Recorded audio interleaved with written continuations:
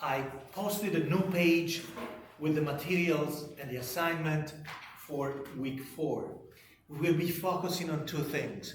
Today, we are talking about Machiavelli in reference to especially 2 ideas. One is the idea of necessity that governs all the actions of a prince, including the evil actions. So we understand more and more that Machiavelli is not about condoning evil done in the political game or excusing it in all circumstances. There are criteria that dictate when you can do certain things, and as I suggested at the beginning of the semester, this idea of necessity translates into a different keyword when it comes to The Godfather and the following films, which is business, right? This is strictly business, just business, nothing personal. The other idea that you will see highlighted in my selection of passages is the idea that you always have to evaluate a behavior or a strategy within a context and a set of circumstances. Okay? The film we will discuss and watch scenes from on Thursday is another classic. The genre of the American gangster movie, has some early examples during the late 1920s, but the 3 films that established the main criteria for the genre are Little Caesar, which we watched and talked about last week, Public Enemy, which is another great film if you want to see it, but doesn't talk about Italian Americans, and Scarface, the original Scarface from 1932. Another film where the protagonist, I was reviewing the scholarship the other day, and one of the critics wrote, well, the character of Tony in the original Scarface is an ape. Basically an ape with basic emotions, right? So it's another animalesque criminal, another story, similarly to Little Caesar, of a low-level criminal rising up through the ranks, and then, of course, eventually meeting its demise, which is well-deserved, right? Because society has to apply corrective measures to these situations. Compared to Little Caesar has a certain efficiency in its pace, in the way it tells the story. You will see that Scarface is more dramatic and melodramatic. A lot of shooting, but again, a lot of situations, frames, camera shots, ways to tell a crime that will inspire later on directors like Martin Scorsese, Francis Ford Coppola, not only for films about Italian-American mafia, but other films. Take, for example, The Departed, if you've seen that with Leonardo DiCaprio.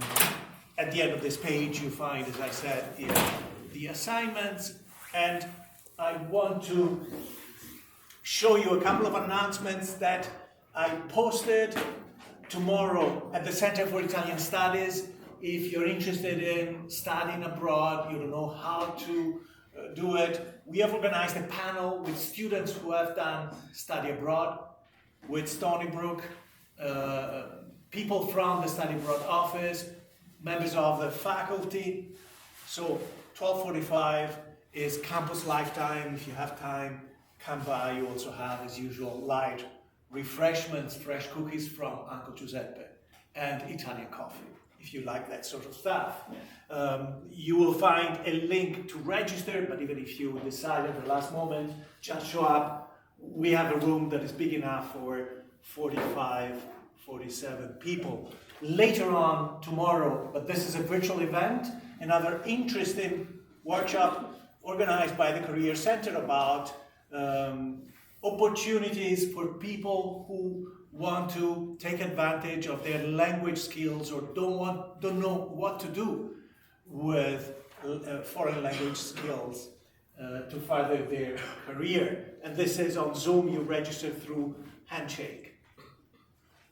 As usual, last week, I had so much to tell, so little time, so by the end of the class on Thursday, there was little time for a discussion, so I'm going to devote whatever time is needed now to collect feedback, or if you had a chance to watch the film at home, your reactions or questions about this film.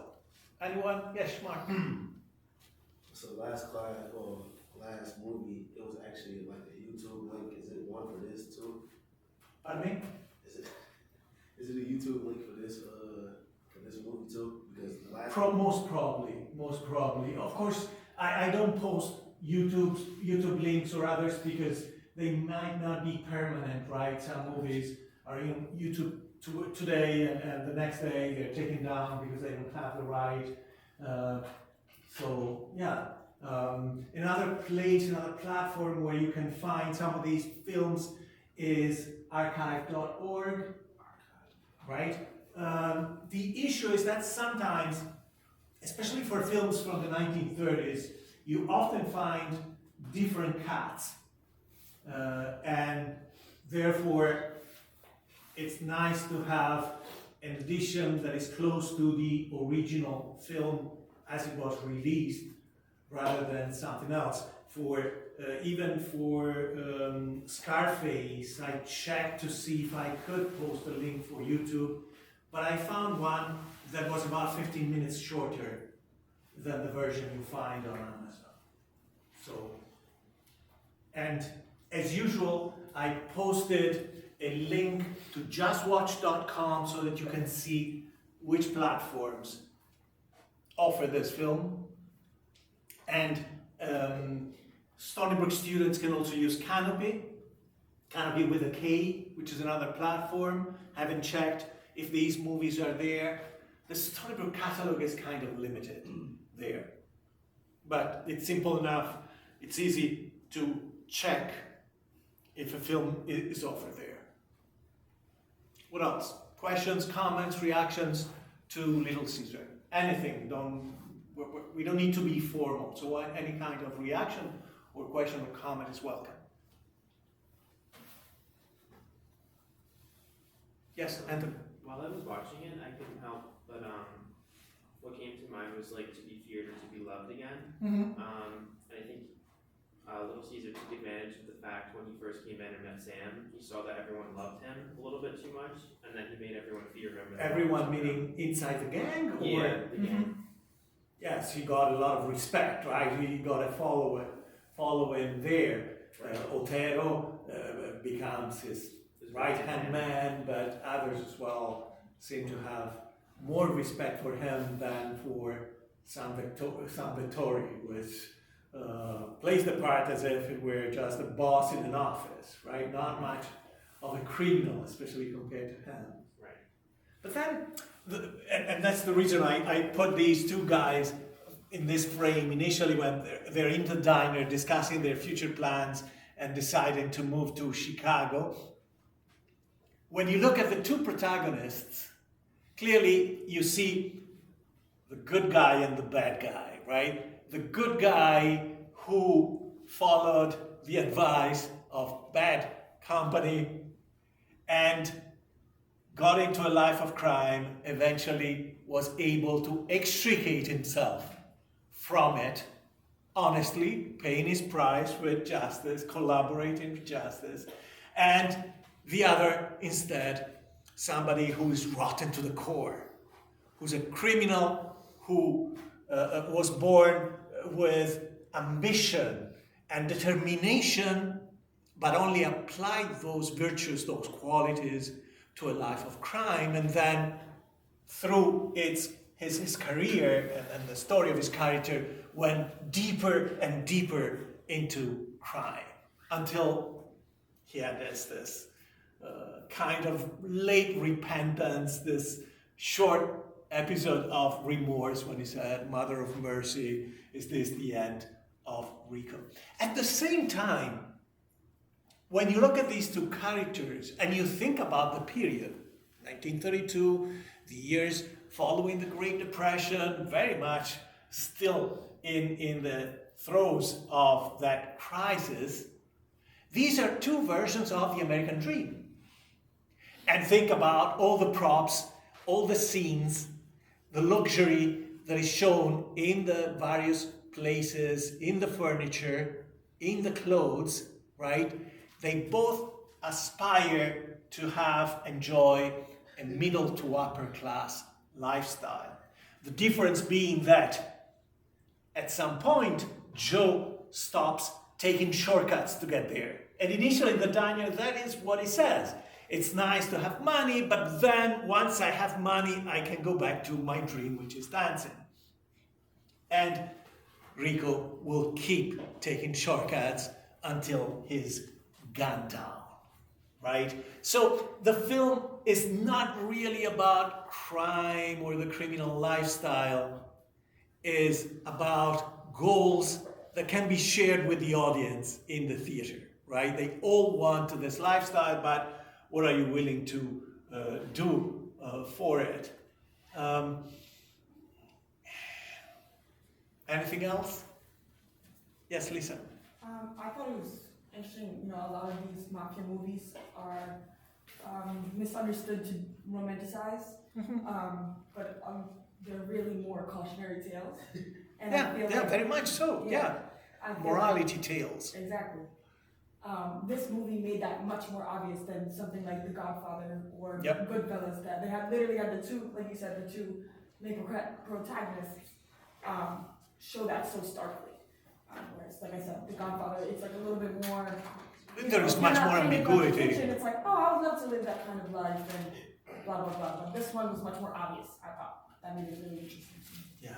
And the interesting part is that contrary to what often happens in modern films, there isn't a clear channel to empathize with Rico, right? And this is probably why you never see Rico in his downtime. Only at some point when they're telling him that Antonio, is about to confess to the priest that he participated in the heist at the Bronze Peacock that led to the killing of the commissioner, we see him briefly having lunch and getting up from his lunch table to go and kill Antonio. Whereas the opposite is true for Joe, because you see him with his partner Olga, enjoying simple conversations, dressed up for different purpose other than this life of crime. So it's easier, clearly, for the audience to empathize and connect with the good guy, with the character who eventually will turn into a good guy, than it is with Rico. Scarface is slightly different. In Scarface, there is the possibility of empathy with Tony, the protagonist, of course. Even Tony will have a dramatic ending, but we'll see Tony having relationships, friendly friends and companions. Okay? Keep in mind, if you want to work on any of these films that you've seen so far, for one of the 4 written assignments, each has a different topic. I usually post suggestions. For Little Caesar, I suggested using it for violence and deterrence, but it doesn't mean that my suggestion is gold, that you wouldn't be able to see other themes that can be developed. What's important about these assignments is that you develop them from the story up. Don't let the theme of violence and deterrence dictate the general tone or set the overview for the assignment. The assignment should be you showing how you can go from characters, situations, or specific scenes in the film to the discussion of those themes and any potential relations with Machiavellian ideology as well, which means to bring it down to a level of specificity that I haven't seen yet in the drafts that I have received so far. And that's why I added at the end of last week, I added these points to help you if you want to go back and work on this. So include things such as what are the contexts in which force, violence is used? Or how is that applied to a career that leads the character to become a higher level boss? Or how is it used to maintain power? Or how does the use of violence impact power, right? Because Rico is not able to control himself and he keeps being violent even when the circumstances dictate that he should not be violent because of the consequences. And ultimately, he is responsible for his own failure because he did this heist at the Bronze Peacock with very limited control of the context of the situation. For example, he didn't know that the commissioner would be there. Nobody, even though he had Joe inside, nobody told him that the commissioner was there, and therefore to abort this whole heist. And I added more points, even in reference to Machiavelli. But the most important thing is be as specific as possible. Don't include a generic treatment of those themes with some references to the film. Let the references to the film be the core of your assignment, and the analysis and discussion of the theme be the conclusions you draw, or the filter you use to select specific situations, characters, and the likes. I added a couple of readings to this week's page about both films, Scarface and Little Caesar. They're not difficult readings. They're easy to go through, and they can give you additional ideas if you don't know where to start or how to approach the analysis and the discussion of the film in its entirety or specific sections of it. So, we're talking about Machiavelli, and my ambitious plan is to go through the rest of the chapters that I assigned so that we can next week talk about Mario Puzo and his novel The Godfather and other texts by him. In order to do that, I placed inside week 4, the page for week 4, a selection of passages, and within each passage I use colors and highlights to indicate the most important ideas in each passage. So I'm going to go through these passages to illustrate the foundational ideas in Machiavelli's The Prince, but feel free to interrupt me with questions or comments. And keep in mind that I have, depending on how I move, I have the light of the projector, so if I don't see you, just call me. I'm going back, before advancing, I'm going back to chapter 8 that we discussed last time. Chapter 8 is where you find Agathocles, this Greek tyrant who killed a lot of people to become the head of the city of Syracuse, and Liverotto da Fermo, who killed his uncle to get control of his family's town. And the interesting part of this passage is that towards the end of the chapter, Machiavelli wonders, how comes that somebody like him, in spite of all the evil things that he did, murdering several people among others, he could live securely for a long time. And others were not as successful as leaders. And Machiavelli, first of all, because he always has this kind of specific language to clarify his ideas, and I use the bullet points and indentation to show his logical arguments. First of all, he defines what it means to live securely. And I'm focusing on this because it is a theme that we will find, especially in a film, in films such as the Godfather trilogy, right? live securely can be defined as the goal even for Michael. So live securely means to be able to defend against external enemies and defend against internal enemies, right? So you have a clear definition, and we know how this can be transferred into narratives about organized crime, where you also find external enemies, internal enemies, conspirators, right?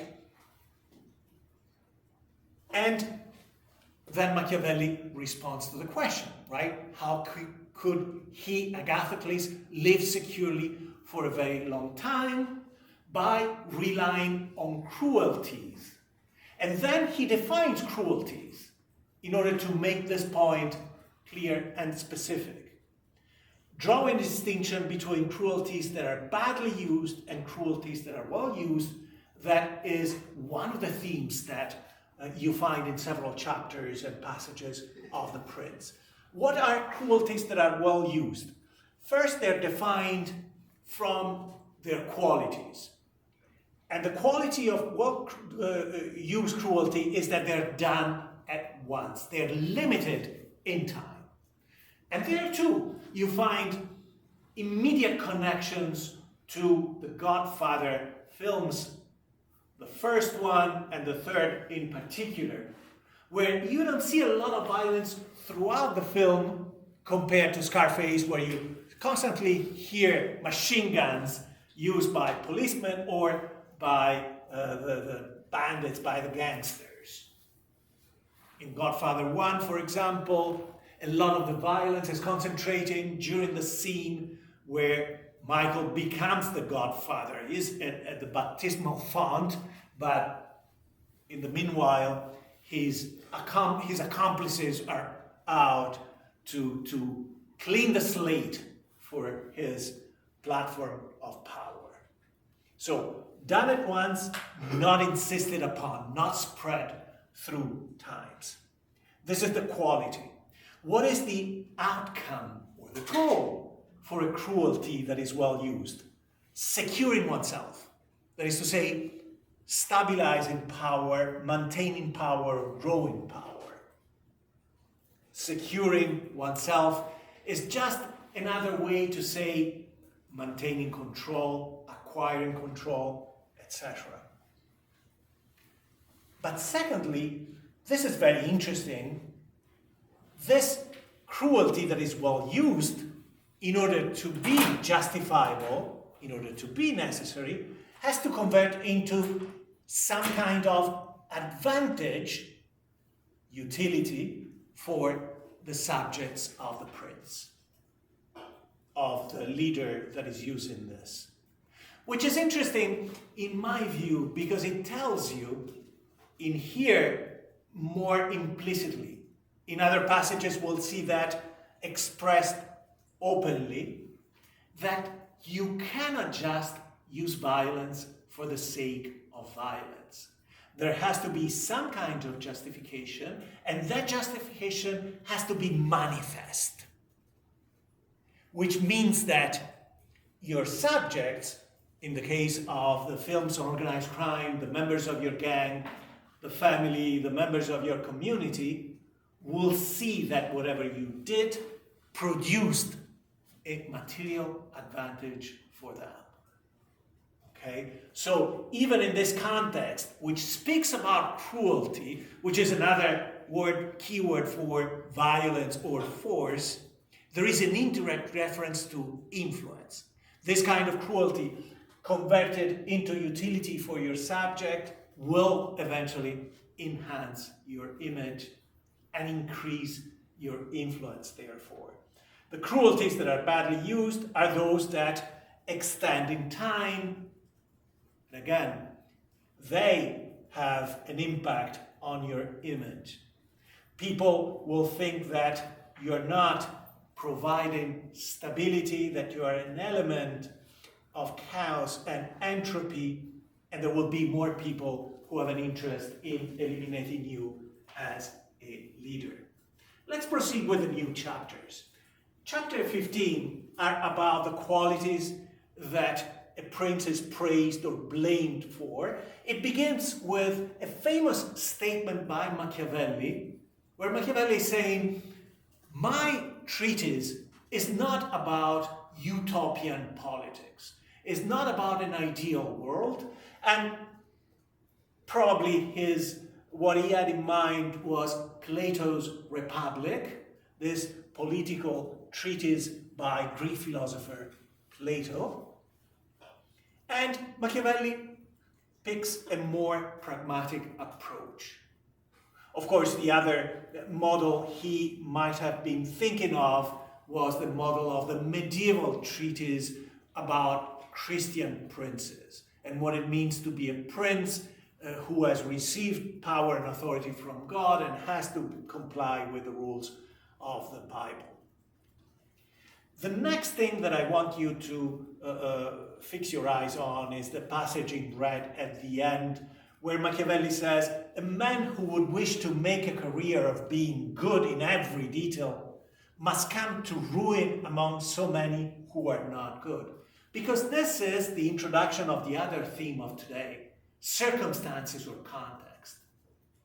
So first Machiavelli is telling you this is not about a political utopia, and this book is not about a perfect prince, perfect in every regard. And then he's telling you that the prince has to adapt to the context in which they operate as leaders. And therefore, especially in a context where other political agents or players are playing dirty, then even the Machiavellian prince has to play the same game, or at least take that into consideration. So never forget that this book was written with the historical context, with what was going on during Machiavelli's life in mind, and that was a very tempestuous period, very critical period for Florence and for Italy.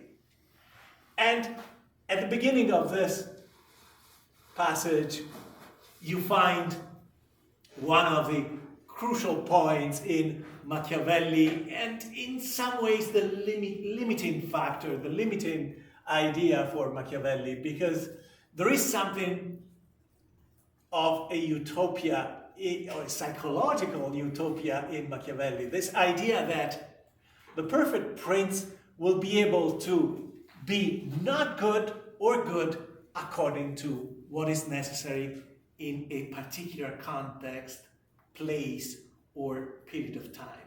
It is as if the ideal Machiavellian prince has a switch. And contrary to characters such as Rico, who's always applying the same kind of behavior and mindset, always driven, always violent, always inclined to use force and ready and willing to use force, the Machiavellian prince has to be able to be serene, positive, warm with other people, building up a positive image, but then whenever necessary, he would be able to pull the switch and become a beast, use violence, use deceit, etc. And in this regard, we know that Machiavelli comes centuries before Freud. Centuries before all the psychological studies about the deep consequences of the use of violence, even when that violence is necessary and justified. So take all the soldiers or the cops who have to use violence, are allowed to use violence, and are instructed to see their violence as fully justified and sanctioned. And in spite of that, we know a lot about post-traumatic stress disorder, the long-term consequences of the use of violence, even when the person using violence is authorized by society, trained to use it in a limited way, and with an idea of the necessity of violence in that context, right? Especially living near a big city such as New York, plenty of people you might know who've been cops and suffered the consequences of that, whether it be PTSD or just alcoholism, use of drugs, etc., as a long-term consequence of dealing with violence. And again, Machiavelli is then saying, is repeating this idea that he's not talking about an ideal prince, but somebody who has to be active in a specific context and therefore has to adapt to that context. And he's listing a long series of positive and negative adjectives, qualities for a prince, and then acknowledging that it would be nice to have the good qualities, not have the bad qualities, but it's all meaningless. If you focus on control, and especially control of the outcome, then the consequences of your actions are the basis for the assessment of the validity and the efficacy of those actions. There is something else in Machiavelli's view, which is his notion, his model of human nature. In his view, humans cannot have all the positive qualities. No one can have all the positive qualities listed there. It's impossible by nature. It's not talking about the original sin, the view of the Bible. It's talking about a naturalistic view of humans. In his view, no one can have all of those qualities. Even if they have some of those qualities, they cannot observe the qualities and act in a consequent way all the time. Human conditions do not allow it, meaning humans are imperfect, so let's not talk about a leader who would have all those qualities, right? And this reminds us of current debates in politics as well. Often people dream of the next candidate for presidency being perfect, having all the good qualities, etc. But how is this realistic? What is the baseline for Machiavelli? To have the qualities that are necessary in order to preserve power. And here too, implicitly, you find the idea of necessity. But in his polemic against the treatises focusing just on the moral qualities of a prince, with a moralistic view of politics, Machiavelli will tell you one thing will be found that will appear a virtue, but will lead to his ruin if adopted, such as keeping one's promises, being moral and honest at all times. And another thing that will seem a vice, such as using political murder, lying, manipulating people, which, if adopted, will result in his security and well-being. And this, you see, Machiavelli's consequentialism, where actions are judged based on their consequences. If the outcome is good, then whichever behavior produced that outcome must also be seen as good within the context of politics, which doesn't mean that you cannot take a step back out of the political arena and evaluate those behaviors and call them immoral based on a different point of view. But as far as the political game is concerned, it's all about the outcome. The outcome will determine if a behavior, a strategy is good or bad. So there are no universally good or universally bad behaviors and practices in Machiavelli, which, as I suggested at the beginning, convince us to say that Machiavelli will not advocate for the use of violence or deceit at all times, only when the circumstances make it necessary. Since in Machiavelli, force and influence are always combined, they're both important to him, you find in chapter 16 a reference to what is dangerous for a prince in spite of the amount of force that is in the hands of this particular leader. regardless of their power, they have to avoid contempt and hatred. And what is, in Machiavelli's view, that produces that more than anything? Liberality. Why liberality? Because Machiavelli's culture, especially with someone like him who lived in Florence, with coming from a family that went back 15 or 20 generations in the city to the times of the Middle Ages, feudalism. During the period of feudalism, the main quality of an aristocrat was liberality.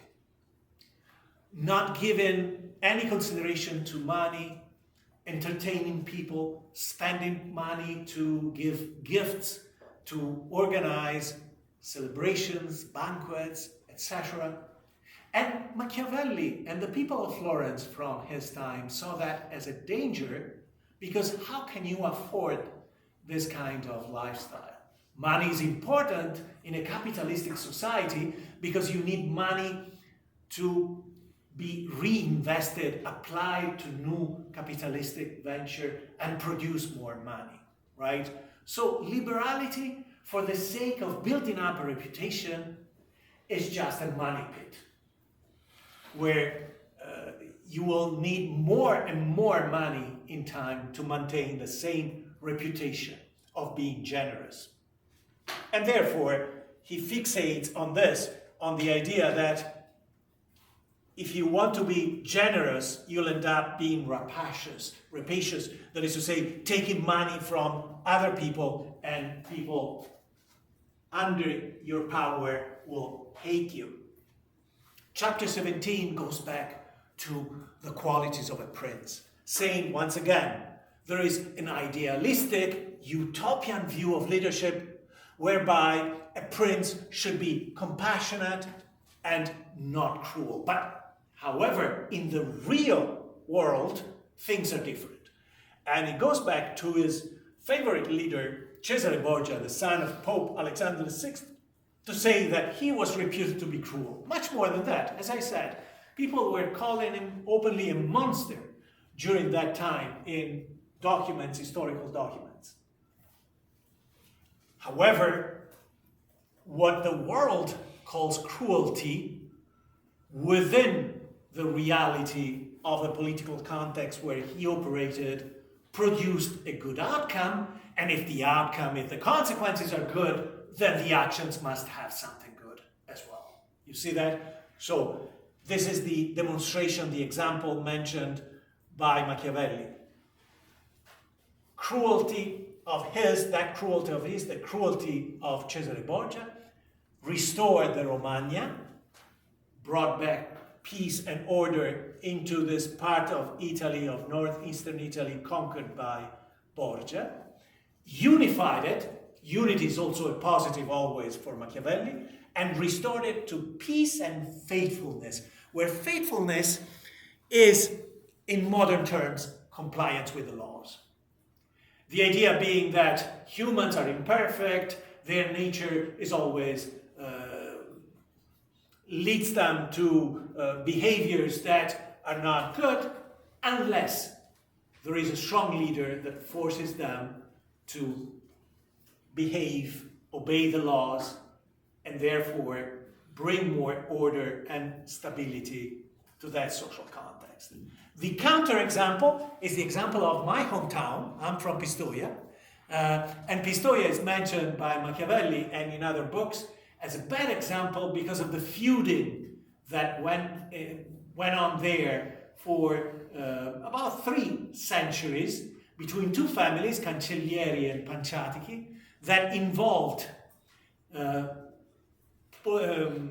powerful families from Florence in their feuds, and therefore extended the political and social divisions outside of their context. You may not know that John Adams, the second president of the United States, wrote about 100 pages about Pistoia. You can find them, the library has the collected works of the president, because his fear was that something similar would happen within the initial colonies that formed the United States, that the most influential families there, trying to get control of the government, would start feuding with each other, and that would bring chaos and lack of order within the Federation. Again, what is the good of well-used cruelty? Keeping the subject united and faithful, and in Machiavelli's view, better to have a few exemplary punishment than to have an entropic condition applied to society, a pattern of killings, robberies, and disorders. He tends to condone the killing of single individuals because, again, the consequences are limited if you apply violence only to specific individuals. And again, this is something that you tend to find in mafia films as well. The successful leaders are those that only eliminate key members of the enemy faction and then bring order back, bring peace again in the war among the families. Machiavelli is insisting with the idea that a new prince will need to use cruelty more often than an established prince because his situation is more fragile. Think of Michael taking the reins of the family, of the Corleone family, after his father is the target of an attempted murder. This is the passage that inspired the conversation between Sonny and Calogero in A Bronx Tale, right? A debate arises whether it is better to be loved than feared or the contrary. One would want to be both, one and the other, to be loved and to be feared. Where feared can be translated in mafia language for the films into respect, right? There they talk a lot about respect, but it's exactly the same thing, right? You get feared or respected because you have force and power that can be deployed in the context where you operate. Yes, Ludovica. Also, and there was a movie that they did in Italy. Mm-hmm. I do not remember the title of the movie. Do you remember the story, the It characters? was regarding the mafia, like the new one and the old one. Mm-hmm. And there was like a Torino, there was, I think it was the actor, I don't think it was the actor Torino from when he was young. And he was like how he started in Corleone. Mm-hmm. So there was one scene that like they were meeting at his house, and there were people that were like kind of shifting from the old mafia. They were just trying to side with him because Establish a new leadership as an organization. he did, and he was bloodier, which is real life story. Yeah, he was that way, and that's why a lot of people gave, in a certain way, they gave up like on the old one because they didn't risk to get killed. But with him, it was either you side with me or you're dead. Right. So in a certain way, he used a similar sentence like better be feared than loved. In one scene, he did use something similar. With the threat of the use of force. Yeah. That's what's behind the idea of fear, and that's why I also use the word deterrence as the opposite of influence, where influence is usually conveyed by a sense of authority and applied through some kind of manipulation, whereas deterrence is the use of direct or indirect threats. I have force, I'm not afraid to use it, but before I do, I'll give you a chance to comply with my commands, with my recommendations. Thank you. Okay, so again, like Sonny says to Calogero, it would be nice to have both, but if, again, in a realistic view of the world, not in an idealistic view of the world, we need to pick one. It's better to be feared than loved, because fear gives you more control over the other people than love. And Machiavelli goes into one of several tirades against humanity that you find in The Prince, very pessimistic view of humanity, where he says people are terrible, right? Ungrateful, changeable, pretenders and dissemblers. simulators and dissimulators, avoiders of dangers, desirous of gain, etc., etc., because this is in their nature, because most people are like that. Or we might think that he was trying to say most people of his time, right? This might be also otherwise his pessimistic view of the social community in Florence, right? His disappointment with the lack of virtues in the citizenship of his own town. And because of that, love doesn't create an obligation, and therefore it doesn't give you enough control. Fear, instead, is supported by the potential use of force, and therefore grants you more control, right? Fear is held in place by fright of punishment, meaning that force can be applied and you will suffer the consequences. However, even if you're trying to be feared rather than loved, since fear is supported by force, you cannot forget about influence. You cannot be a successful leader without combining influence and force, where influence as the ability to provoke collaboration, compliance, without having to use force, right? That's the essence of influence.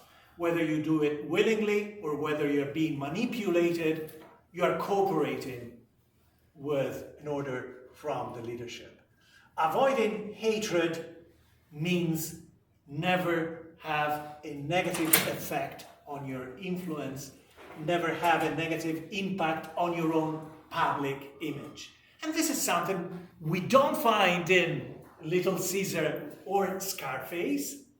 They're not really trying to build up a positive social image, but you see a lot of that in the Godfather trilogy and other films, especially the Godfather trilogy, right? Where at the beginning of the film you see Don Vito Corleone like a social leader, a community leader, offering his services to people in need, trying to be good, right? Because when Bonasera comes to ask Don Vito that the people who beat up and sexually harassed his daughter be killed, Don Vito will say, no, this is not justice, right? He's trying to do good. But he's just building up influence. It's just shouldering up his reputation.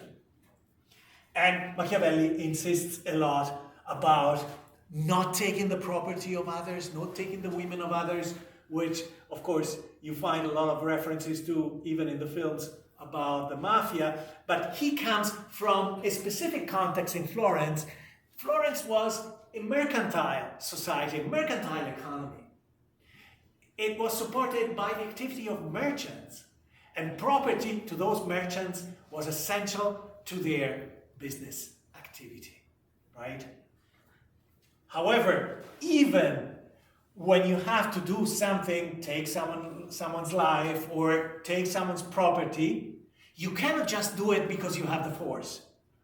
Machiavelli is telling you, you need appropriate justification and manifest cause, because otherwise your image will suffer. So, whenever there is a reference to force, sooner or later you find a reference to influence. Force is the negative side of leadership. Influence is the positive side, because it implies that people will volunteer their collaboration, will be willing to go along with your plans, okay? Don't forget those two aspects. And being from Florence, from that kind of economy, he has this ironic remark. It is ironic that above all, the prince, regardless of how powerful the prince is, should abstain from taking the property of the people, because people might be willing to forgive someone for the death of their father, but not for taking their property, right?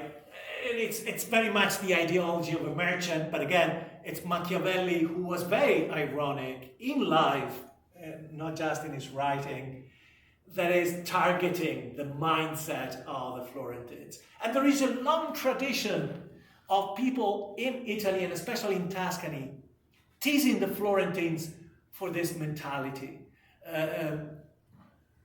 Considering the people from Florence, people who have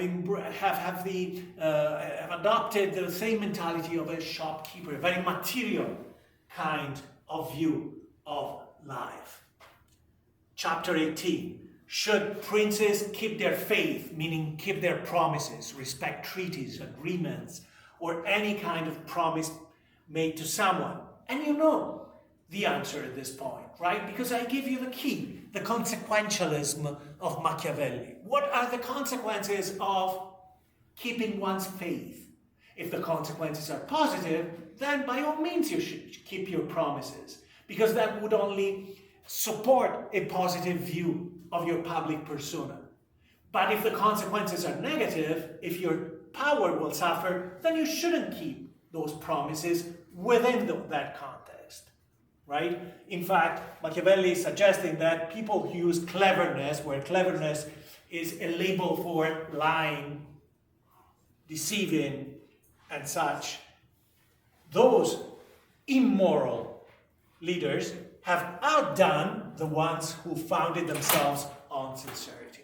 So, look at the consequences, evaluate everything based on that. And then he goes into specific recommendation. He says, how do you combat, how do you fight for power? You can use laws, meaning you can go by the rules, or you can use force, which means use a shortcut, right? Like eliminate your enemy. And going by the rules, abiding by the rules, is clearly a more human things to do. That's proper behavior for man. And using force is seen as animalistic. It's like being like a beast. However, in Machiavelli's view, you have to be able to use both nature. Both the nature of man and the nature of beasts. And he refers to this myth from classical Greece of the centaur. The centaur is a creature who is a horse with the torso, the head, and the arms of a human. And Achilles, that Machiavelli refers to here at the end of this passage, would be one of the Greek heroes who was trained by a centaur. And Machiavelli says, what is that this myth is telling us? That in order to be a big, great hero like Achilles, you're being trained by a creature that is half man, half beast, because you too psychologically have to be able to do both and use both of these nature. And the key word is necessary. Again, the idea of necessity comes over and over, which means that whenever Machiavelli is talking about immoral behavior, it's not behavior that you pick because you would like to use it. You pick that kind of behavior because you recognize the necessity of it. It is necessary to know well how to use both the beast and the man. And then he goes more into details by referring to animals. And he says, it's another metaphor for the same concept.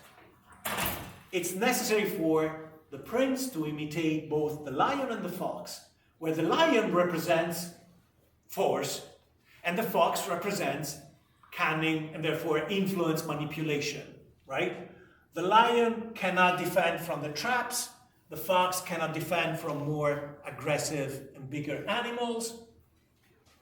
Therefore, for the prince, it's necessary to be a fox to recognize the traps, to be a lion to awe the wolves. Notice, however, these two verbs, saying recognize traps, awe the wolves. There is no reference to the direct use of force. It's not saying to be a lion to attack the wolves. Again, awe is another word for deterrence. The wolves will not go and attack a lion because they see that the lion can use force against them. Okay? And there is this, as I said, this presumption that not only you have to learn how to use the nature of the man and the nature of the beast, but that you can do that any point in time, that you can turn from one nature to the other, that you can behave humanly and that you can behave beastly based on the necessity found inside the context, as if you had this speech and as if it were simple to be violent one moment and to be more intellectual at another moment.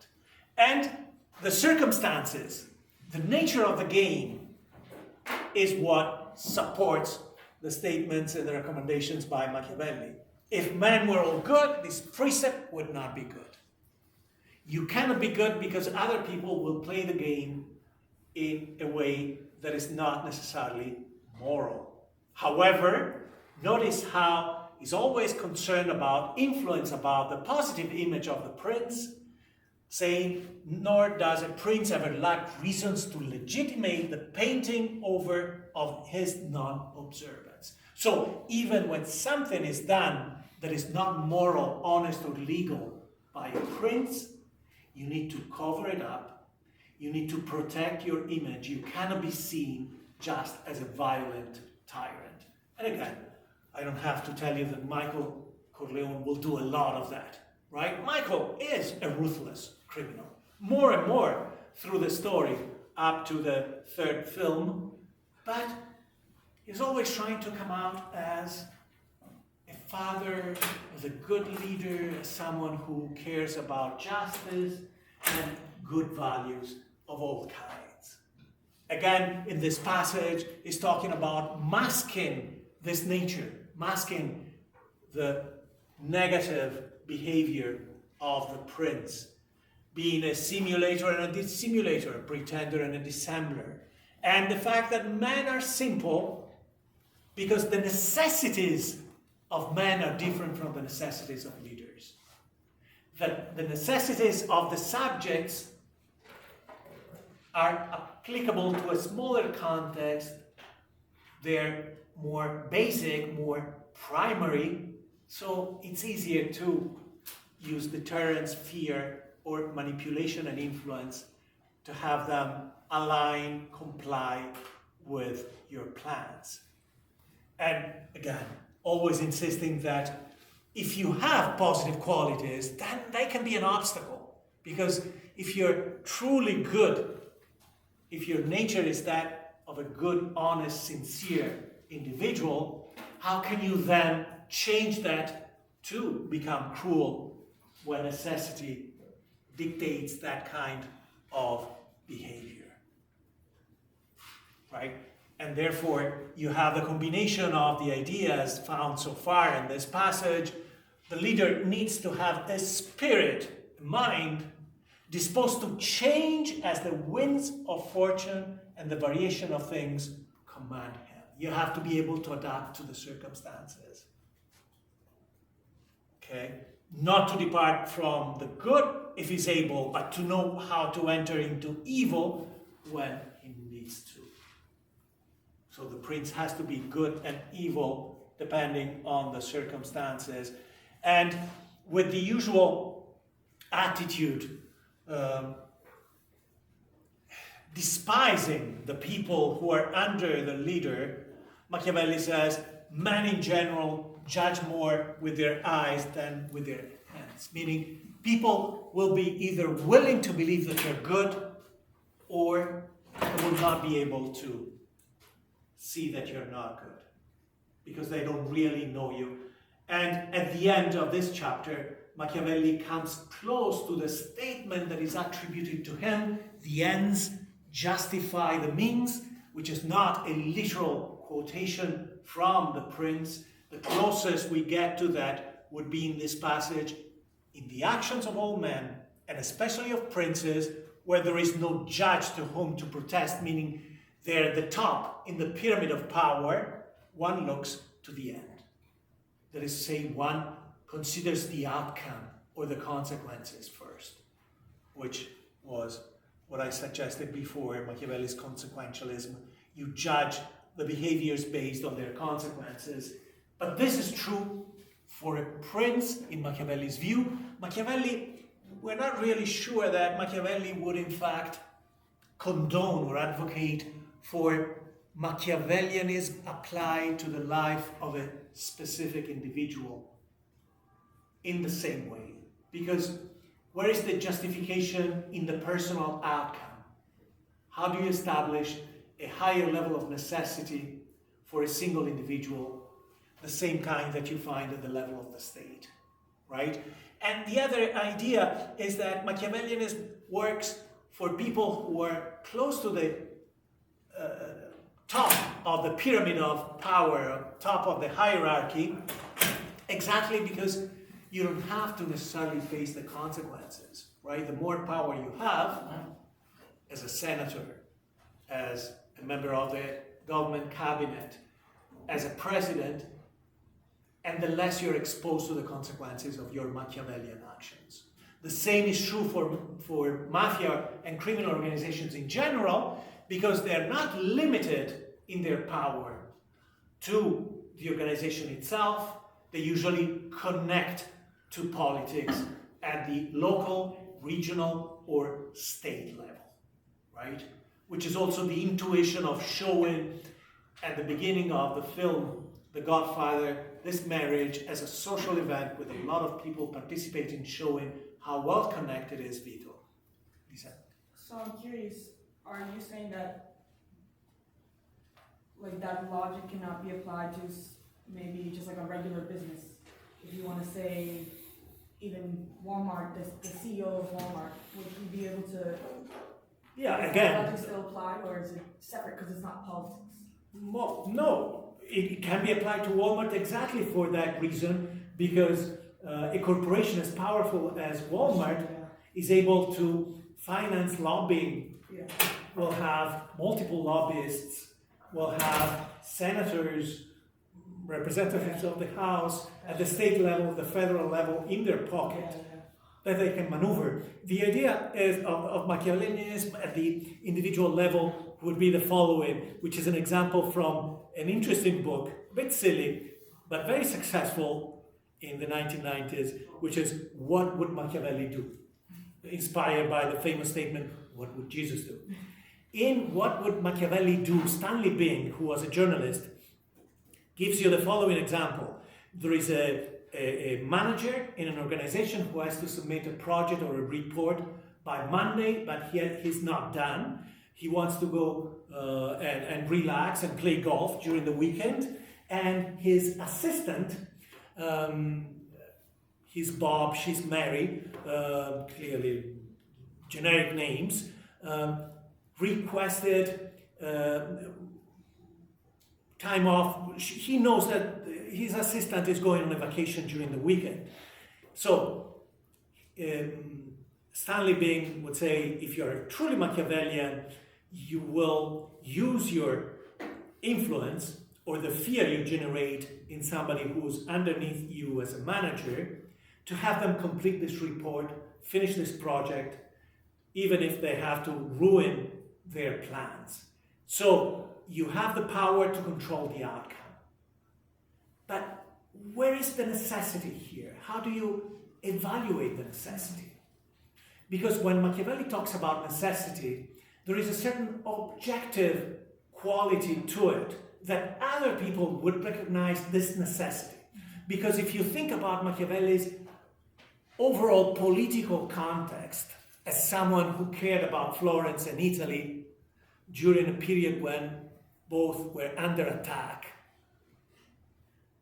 in his mind, if Cesare Borgia, using political murder, deceit, all kinds of manipulative and immoral strategies, managed to become the king of Italy and throw out of Italy the French army, the Spanish army, the imperial army, everyone would recognize the necessity of those immoral strategies based on the outcome, which is converted into good for the whole community. But in the case of Bob and Mary, Bob can see the necessity, right? Oh, I need to drink whiskey and play golf during the weekend. Mary clearly will not see the necessity, or will have to comply just not to get fired or not to get slighted when it comes to the bonus. But everyone else around, will they see the necessity? No, if they knew about it, they would just say, what a hey-ho Bob is. Because he knew that Mary had purchased tickets to go to New Orleans during the weekend, and he forced her to give up those tickets and work on that project. So when you go down to the level of the individual, this idea of necessity is diluted. It becomes whatever I feel like. And that's not Machiavellianism. That's acting like a 2-year-old. I feel like doing this, I feel like not doing this. And this is what I want, or this is what I don't want. And then I'm willing to do whatever in order to get this outcome in my life. Yeah. There is no philosophical necessity. Whereas Machiavelli is not saying a leader doesn't have to be moral. He's just saying a leader has to go by other rules. But he's not free to do whatever he wants. Although Machiavelli would say, since our nature is imperfect, even a leader will do things that are not necessarily good for the outcome of his organization or government. And that's part of the imperfection of human nature. But it's fine as long as the balance tips in the direction of enough things that produce positive outcomes are done by this leader. Plus there will be other defects, which is a very classical view. The ancient Romans, before the end of the Republic, had shared the same view. When the empire comes, you have this moralistic portrayals of the emperors, right? Nero is terrible, Caligula is crazy, etc. But before, you often find these paradoxical portraits where a politician is very efficient at the political game, but not a good person in his private life. And both sides are presented in historical books, implying that, yeah, people are like that. You can be a great leader and a terrible person when it comes to your wife, your kids, your servants, your slaves in the case of Rome. And this is what this person was, without the need to reconcile or say, well, he couldn't be a great leader since he was so terrible with his staff or his family, right? It was not this black and white view of things. Okay, let's see, we have about 5 minutes. I'll circulate the attendance, of course.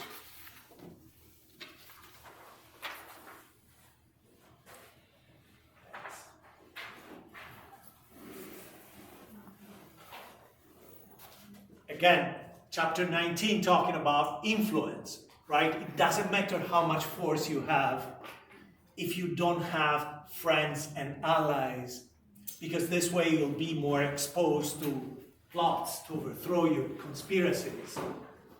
And talking about the circumstances, you have this paradoxical statement by Machiavelli. Sometimes you cannot be good, even if you're good.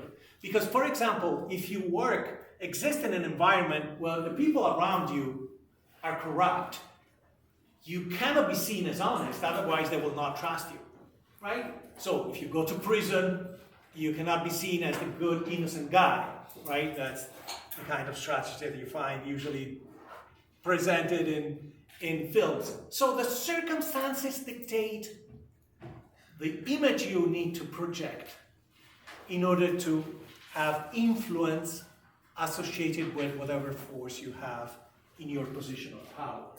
So you have to go with the flow. In fact, the next example speaks to that as a leader you have to be seen as a positive influence on the community. And Machiavelli embraces this very capitalistic view of society. It doesn't matter if you're a tyrant with absolute power, if your force makes you the strongest leader, because if people don't trust you, then they will not be working as hard as they should. They will not be committing their money to business ventures and investments. And if they don't do that willingly, if you don't get them to collaborate in the game of the economy, then your power will be impacted, because in order to pay for your force, meaning your military, your government, you need money from the citizens. If the economy is weak, then your power is limited, which would be the parable of the Soviet Union. The leaders in the Soviet Union during the Cold War had all the power they needed to maintain their power, right? They couldn't be overthrown.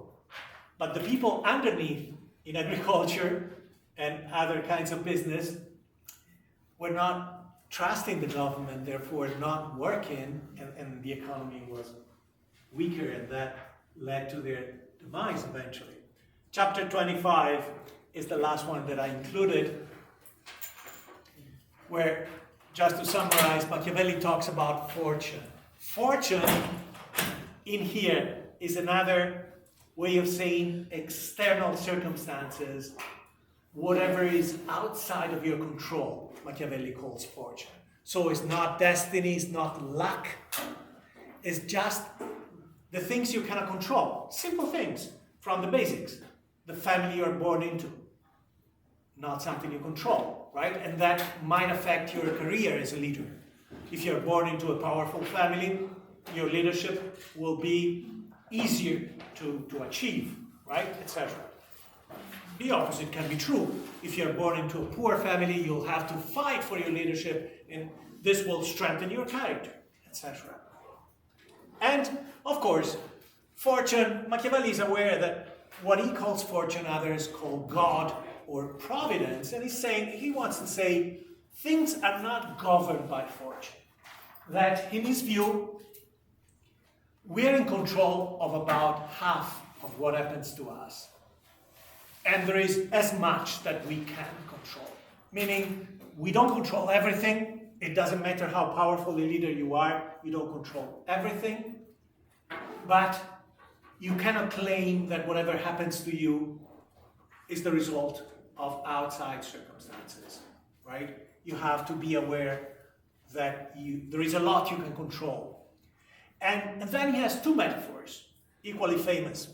One is the metaphor of a flooding river, a river flooding the plains. And this comes from Florence itself, right? You know that in 1966, Florence was flooded, the city of Florence was flooded. I was in a restored section of Santa Croce in Florence, which is near the Arno River, in December, and in this restored section that was damaged by the flood of 1966, they had a mark to show where the water, the level of the water during the flood was November 1966, and this mark was taller than I am, right? So people in Florence could understand this reference. And Machiavelli is saying, what do you do when you're faced with the energies, the power of this natural phenomenon, a river flooding the plains or the town? At the moment of the flood, there is nothing you can do. But if you only focus your attention on that context, you might say, I'm powerless. The problem there is timing. When the river is about to flood the outside areas, there is nothing that can be done. However, when the river is flowing regularly, that's when, during the quiet times, you have to create embankments. You have to apply protective measures, right? So this way, Machiavelli is saying, don't blame external circumstances only because you didn't take the opportune measures at the right time. And he's saying, therefore, that whatever you do has to match the circumstances, the context, right? And the next metaphor is the metaphor of, let me jump to that. Well, no, maybe I should mention this. But Machiavelli is also saying, though, yes, you should change your behavior depending on the circumstances. However, you may not be able to do so because it's not in your nature, or because you were always successful doing something different and you continue to do this. And the significance of this passage, because Machiavelli is not being pessimistic here, the leader cannot deviate from that toward which his nature inclines him, etc., is just an implicit suggestion that even the best, most capable leader needs someone like Machiavelli to counsel him at times when his own nature would be the limiting factor to face the circumstances. The other famous metaphor is in this short statement at the end of chapter 25th. It is better to be impetuous than cautious. Machiavelli is a pragmatic intellectual. Better to act and do things wrongly than to wait or hesitate. For fortune is a lady, and it is necessary if one wants to have it off with her, to strike her and to toss her down, which is Machiavelli's metaphor to say you have to be aggressive at the political game. Now, not to detract from the offensive nature of this statement, but keep in mind that in Italian, fortuna is a feminine word, and Lady Fortune was represented as a woman. This is a representation of the Middle Ages, with the will taking people up to the point where it can become queen and king, and then tossing them down. Or, as in this case, in an anonymous painting by a Dutch painter, 1530, so around the time of Machiavelli, where Lady Fortune is holding the symbol of power with just two fingers to show how easy it would be for that power to topple down, to fall down. And of course, she has her foot on a globe that represents the earth, meaning that we're all under the spell of Lady Fortune. Okay? So, yes, by all means you can say that Machiavelli is offensive to women there, but try also to get the point that he's trying to make, that is to say that in his view, faced with multiple crises, as he was as a citizen of Florence, as an Italian, it is better to try a solution and fail than not to try, because the solution might be imperfect.